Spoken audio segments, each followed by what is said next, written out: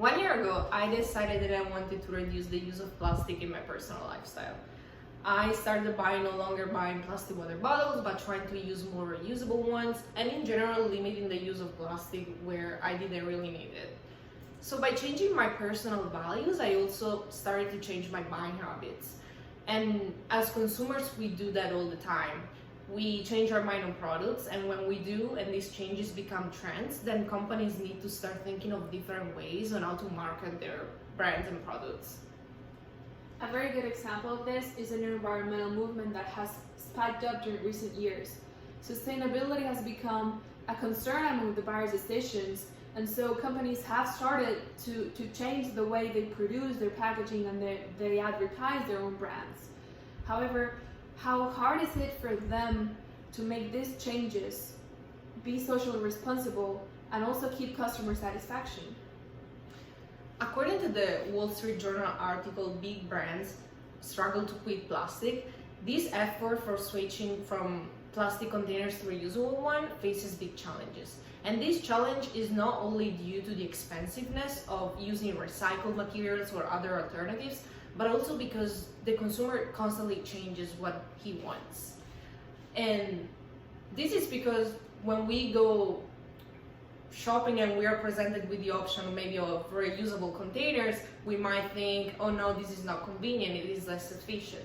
Or maybe we see products that are made with recycled material, but then we see another one and we see the price different, and that stops us from doing that, from buying that product that costs more. What this means is that nowadays companies, yes, they struggle to keep customer satisfaction, but this is because they're trying to also keep environmental trends, which ironically or not, they keep up with these environmental trends to keep customer satisfaction up and to keep sales up. So when asked, customers might be willing to spend an extra amount, a little bit more for that product that is less damaging for the environment, as the article says, but it also explains how when they're actually presented with the opportunity, they won't take it because they already know that there's another option that even though it might not be as helpful for the environment, it's going to reduce their price. And also, as we know, we try to be more environmentally friendly, but we need to keep that customer satisfaction. And nowadays, these environmental movements are way more emergent than they were 4 or 5 years ago. This is because we have more recurrent extreme weather events, and the mass media is even more willing to talk about it. And so people are becoming more aware that even in our everyday product, there is something like that is damaging for the environment. And so this is a way more weight on decision making when we go and try to decide what product we need to buy.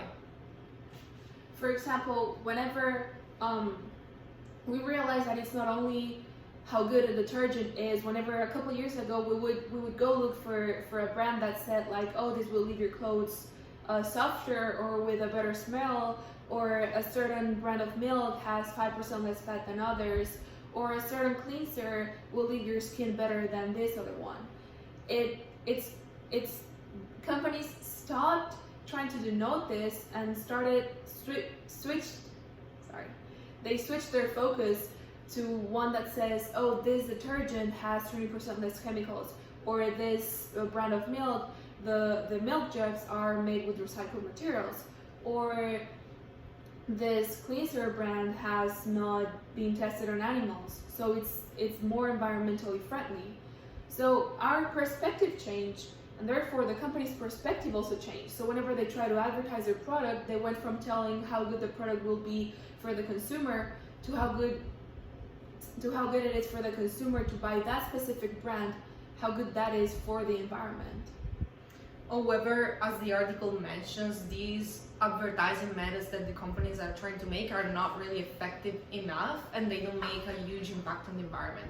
Because still, every day when we go shopping, we are still affected by that price factor that eventually stops us from buying that product that is more recycled material but is still more expensive. And at the end, customer satisfaction is what drives sales up and keeps companies running. Lastly, we see that whenever we try to answer the question, how hard is it for companies to keep up with these trends and also keep customer satisfaction at the same level, we realize that there will always be a trade-off. And because of that, it's still a big challenge that companies are struggling to overcome when they're trying to maintain a societal orientation.